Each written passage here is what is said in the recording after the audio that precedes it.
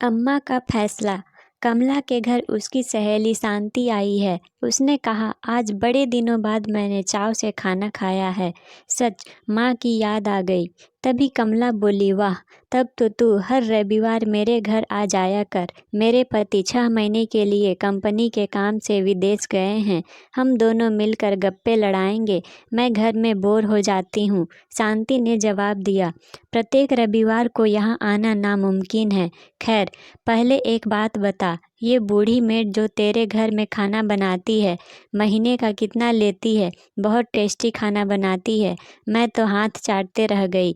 उसको मेरे घर भी भेज देना। जो पैसे मांगेगी मैं दूंगी, क्योंकि मेरी सास पैरालाइज्ड है। बेचारी बिछावन से उठ नहीं पाती है। हर वक्त एक आदमी उनके पास चाहिए। यदि खाना बनाने वाला कोई मिल जाती तो मुझे बहुत राहत होती।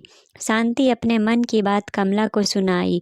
दोनों की बातें सुनकर बूढ़ी ने सकपकाते हुए शांति के समीप आकर कहा, बेटी, मुझसे अधिक काम नहीं होता। इतना कर लेती हूँ, वही काफ़ी है। एक बूढ़ी विधवा को जीने के लिए पेट भरने से अधिक और क्या चाहिए?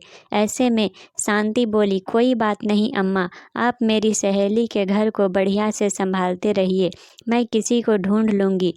कमला, मुझे अब जाने दे, शाम होने वाली है। घर जाने के लिए शांति उतावली हो गई। अरे, आज तो रुक जा, मेरा मन नहीं भरा, कमला बोली।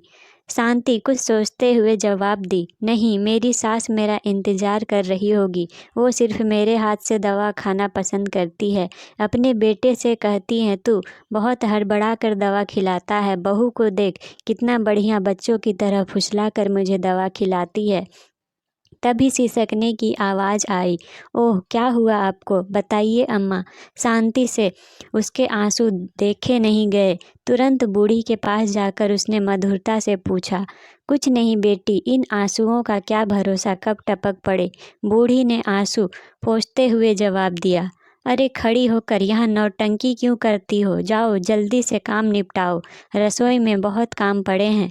कमला आंखें दिखाते हुए बूढ़ी पर बरस पड़ी। जाती हूँ बहू। बूढ़ी के मुंह से निकले अधूरे शब्द कान में पड़ते ही शांति की आंखें फटी की फटी रह गई। प्रश्नवाचक दृष्टि लिए उसने कमला को घूरते हुए पूछा, तुम्हारी सास है? परंतु तुमने तो, हे भगवान!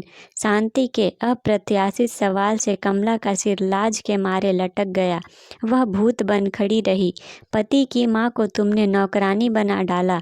मुझे सहेली कहने में भी शर्म आ रही है। मैं यहाँ अब 1 मिनट नहीं रुक सकती। पता चला कि तुम इसी शहर में आई हो, सो बचपन की प्यारी सहेली से मैं मिलने आ गई। छी, पति की अकूत दौलत ने तुम्हारे माँ बाप के दिए संस्कार को धो पोंछ डाला। अम्मा, आप मेरे साथ चलिए। वहाँ बेटी के अलावे आपको एक बहन भी बात करने के लिए मिल जाएंगी। कहते हुए शांति ने बूढ़ी की कलाई पकड़ते हुए सीधे बाहर दरवाजे की तरफ चल पड़ी। परंतु वहीं सामने हॉल के दीवार पर टंगी दिवंगत पति की तस्वीर पर नज़र पड़ते ही बूढ़ी ठिठक गई।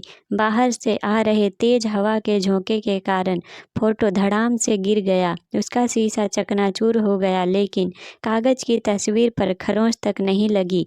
तस्वीर मानो पत्नी से गुहार लगा रही थी, प्रिय, मुझे भी अपने साथ ले चलो। इस घर में किसी को अब इसकी ज़रूरत नहीं है। बूढ़ी ने पति की तस्वीर को उठाकर सीने से लगाया और शांति के साथ बेखौफ नए सफ़र के लिए निकल पड़ी। दोस्तों, पूरी कहानी सुनने के लिए धन्यवाद।